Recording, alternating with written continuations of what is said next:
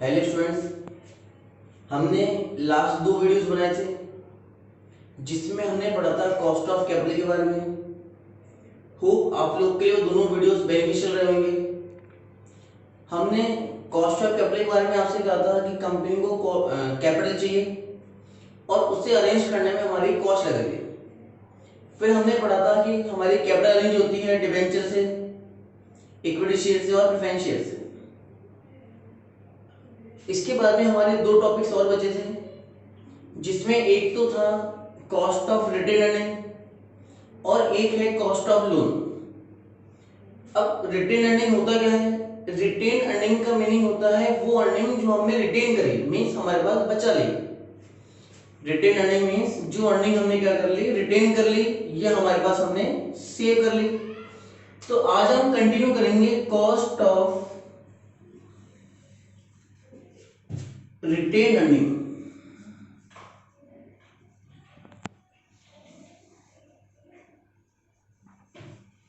जिस प्रकार हमने पढ़ा था कॉस्ट ऑफ डिबेंचर, हमने उसको डिनोट किया था केडी से, प्रेफरेंस शेयर्स को केपी से, इक्विटी शेयर को केई से। रिटेन अर्निंग को हम डिनोट करेंगे के आर से। के से कॉस्ट और आर से रिटेन अर्निंग। रिटेन अर्निंग में हम इंक्लूड करते हैं profit and loss, all reserves, जितने भी हमारे प्रॉफिट एंड लॉस हैं और जितने भी हमारे रिजर्व्स हैं वो सब हम किसमें इंक्लूड करते हैं? रिटेन अर्निंग में। जब कंपनी अपनी अर्निंग को रिटेन करती है तो उसमें उसके एक्सपेंसेस होते हैं, तो वो हमारे बन जाते हैं कॉस्ट ऑफ रिटेन अर्निंग। वो हमारे बन जाते हैं cost of retain earning.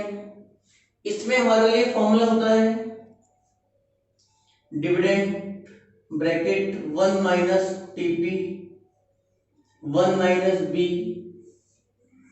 MP 1 minus TC multiply by 100।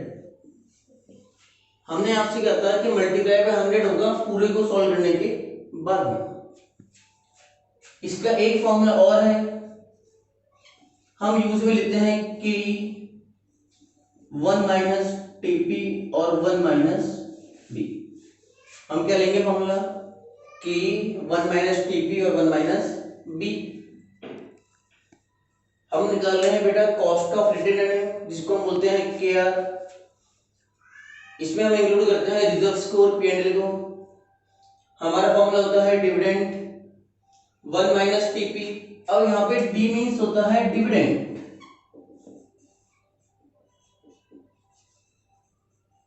D means क्या होता है हमारे लिए? Dividend. TP personal tax rate.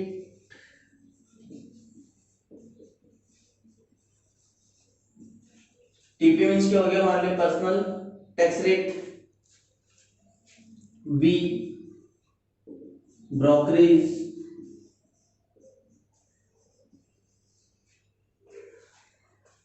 MP हमने इक्विटी शेयर में कैलकुलेट किया था। एमपी मींस होता है मार्केट प्राइस। एमपी मींस होता है मार्केट प्राइस। हमने आपसे कहा था कि एमपी मार्केट प्राइस होता है, और यदि आपसे कह रहे हैं फेस वैल्यू, तो फेस वैल्यू का मीन भी क्या लेते हैं? वही मार्केट प्राइस। मार्केट प्राइस को हम कैलकुलेट कैसे करते हैं? हमने हमारे लास्ट वीडियो में आपको बताया था equity share capital plus retain earning divided by number of equity shares. TC means होता है cost capital gain tax rate. हमने कैलकुलेट कर रहे हैं हम कॉस्ट ऑफ रिटेन अर्निंग, जिसको शॉर्ट में बोलेंगे के आर। इसमें हम इंक्लूड करते हैं profit and loss and reserves. हमारा फॉर्मूला होता है dividend 1 minus TP 1 minus B upon MP bracket 1 minus TC.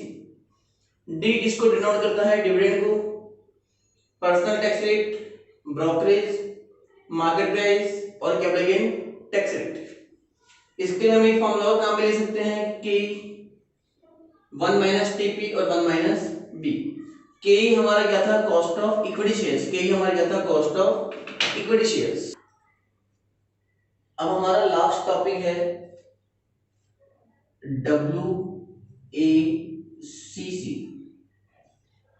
आपसे हमने फर्स्ट वीडियो में कहा था कि जब एग्जाम में क्वेश्चन आता है तो 20 मार्क्स का आता है और इसी के लिए आता है कि कैलकुलेट WACC। WACC का मतलब हो गया weighted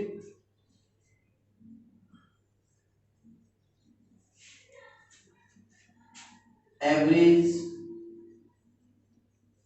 cost of capital. WACC का मीन्स क्या हो गया? Weighted average cost of capital. इसका मतलब है कि हमें कंपनी के लिए ओवरऑल कॉस्ट ऑफ कैपिटल निकालना है। ओवरऑल का मीन क्या हुआ कि एक कंपनी ने अपनी कैपिटल अरेंज करी डिवेंचर से, इक्विटी शेयर से और प्रेफरेंस शेयर से, तो उन सबको अरेंज करने में कितना खर्चा हुआ ओवरऑल फाइनली, तो वो हमारा कहलाएगा weighted average cost of capital. Weighted average cost of capital हम डिनोट करेंगे KW से। K मींस कॉस्ट और W मींस वेट। इसके लिए हमारा फॉर्मूला होगा समेशन XW और समेशन W। हमारा फॉर्मूला क्या हो जाएगा? समेशन XW और समेशन W। यहाँ पे जो X हमारा डिनोट करेगा वो होगा cost of capital. Cost of capital कौन सा वाला? डिबेंचर वाला, इक्विटी शेयर वाला, प्रेफरेंस शेयर वाला और रिटेन अर्निंग वाला। Cost of capital.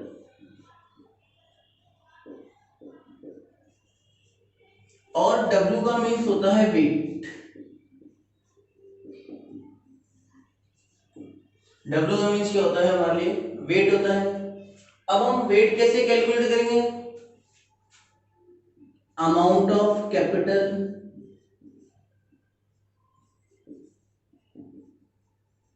Upon total capital.